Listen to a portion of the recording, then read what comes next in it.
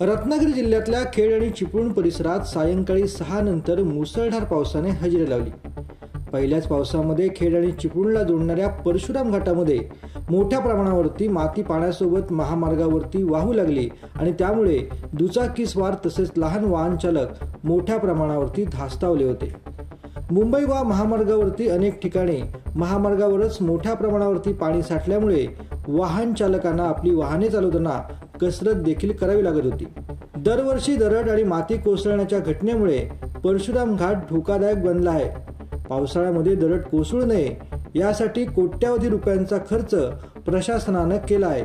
मात्र तरी देखील परशुराम घाटात दरड आणि माती कोसळण्याचा धोका कायम असून पहिल्याच पावसात झालेली अवस्था चिंतेत टाकणारी आहे।